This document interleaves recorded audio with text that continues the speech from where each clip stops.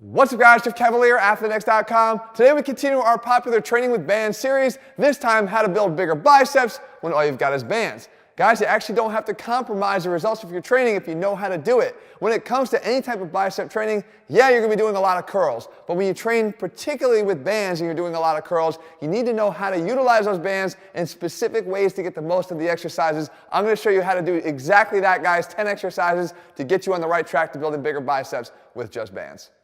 So I mentioned a whole bunch of curl variations, but I actually don't want to start there. I actually want to start right here up at the chin-up bar, because for me, one of the foundational exercises for building bigger biceps is going to be utilizing chin-ups in some way, shape, or form. And the band comes in to actually make that job of yours even easier or harder depending upon the level that you're at right now. So if you look at the movement here, you can obviously see that the supination of the forearm, the flexion of the elbow, and the flexion of the shoulder puts the bicep in a fully contracted position as a bodyweight exercise. Now for some, bodyweight might be a lot, so the band can be stepped into and used as an assistance tool to make it easier as you build up your strength in the movement. Of course, I can make it more difficult too, because I can anchor the band to something sturdy and heavy on the ground, put it around the back of my head, and then jump up to that bar and bang out some chin-ups in a much heavier, more overloaded fashion. Either way, guys, you can't get around the fact that the chin-up is one of the basic foundational moves for building bigger biceps, and the bands make your job that much easier.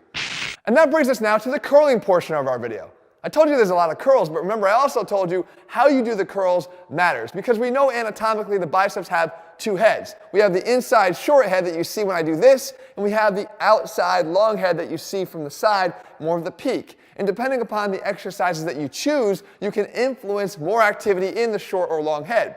We start here with the no money curl. This is a short head exercise. Reason being, if you can view the inside portion of my bicep when I do it, then that is the portion of the biceps that you're actually going to be working more. And with the no money curl, I'm not just getting the resisted flexion and supination that I get on a typical curl, but I also have resisted external rotation that gives you that little extra additional benefit to your rotator cuff, which is never a bad thing.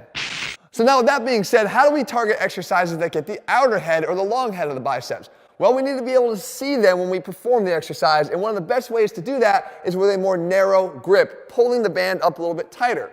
And this is where this exercise falls in. It's the close grip supination curl. Now remember I told you that how you anchor the band matters? Well, this is a particular instance where it actually matters very much, because what I want to do is make sure that I'm resisting supination and not just flexion of the elbow. So as I wrap the band the way I'm showing you here, you'll see the final wrap goes around that middle knuckle of the finger.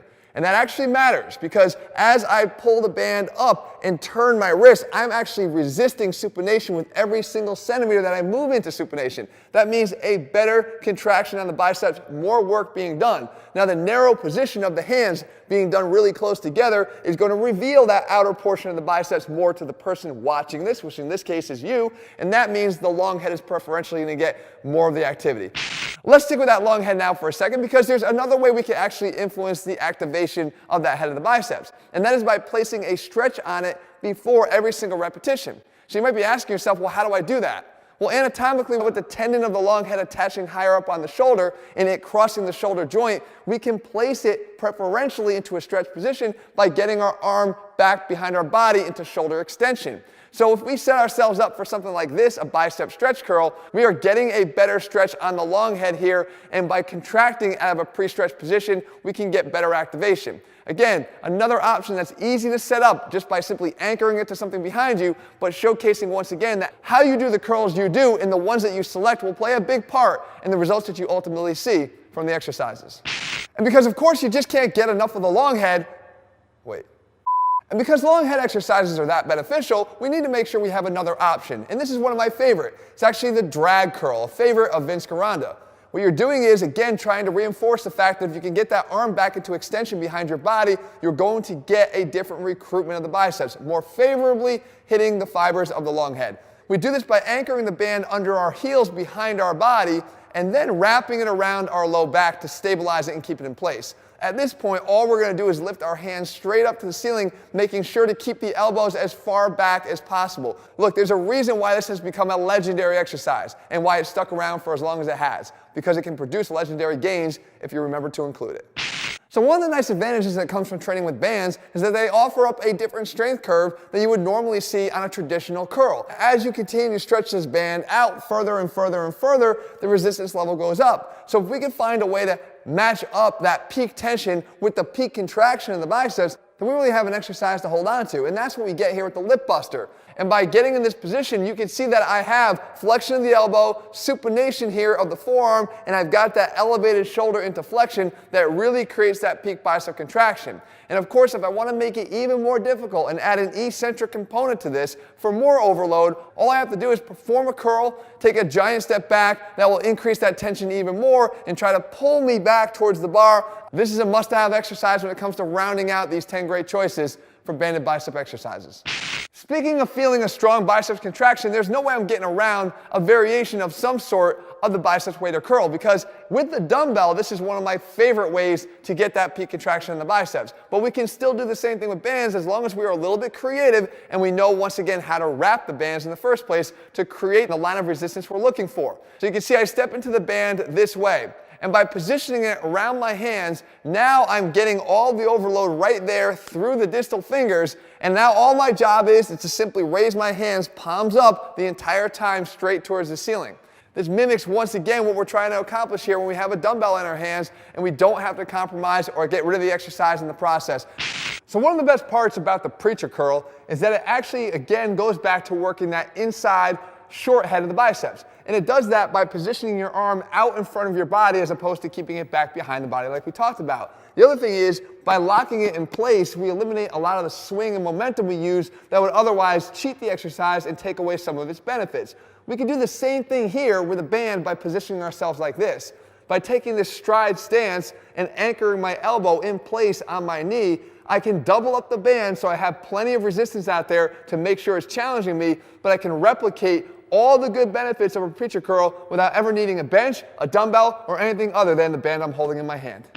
Now, no list of banded bicep exercises would be complete without also considering the brachialis. Yes, it's a different muscle, but functionally it's going to have a lot of overlap with what the biceps do, and aesthetically it's going to have an impact on how yours looks. So what we want to do is work on the muscle that lies underneath the biceps, and the best way to do this is with two exercises. Number one, we have the cross-body hammer curl.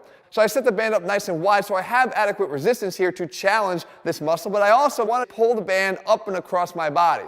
When I do this properly, I'm actually in this pronated position. And we know if we can remain pronated, we're taking away some of the function of the biceps as a supinator, so I can more effectively target the brachialis as a simple elbow flexor. If you do this properly, you're not going to feel that typical bicep contraction, but something much deeper. And knowing anatomically where this muscle lies, you're going to know you're doing it right. Now there's one downside to the crossbody hammer curl, is that the resistance level that you're going to be able to use there might be lower than you'd expect. But that doesn't mean we can't amp it up with the appropriate exercise choice, and that's where the hammer curl comes in. In a slightly more neutral position, what we want to focus on here is the ability to handle more weight or load, and in this case we can do that by doubling up the band. We get this offset grip. That's important because the more slack we have peeking out from under that foot, the less resistance that's applied to the band. The less slack we have there, the higher the resistance level. Just remember, this option is going to give you that chance to load up with some extra resistance, so don't forget to take advantage of that fact and do so. And with that, you've now got 10 exercises with bands that you can use to build bigger biceps without compromise. And talking about bands, guys, a lot of you asked me where we get ours. I actually have my own high-quality bands available over at athleanx.com, Athlean Elastex. If you're looking for programs, guys, we have all of our step-by-step plans available over there as well. If you haven't done so, make sure you click subscribe and turn your notifications so you never miss a new video when we put one out, including the others that I will link for you at the end of this video. And also, guys, make sure you leave a comment and thumbs up below. What else do you want to see? What do you want to see next in the series? I'll do my best to cover it for you in the days and weeks ahead. All right, guys, see you soon.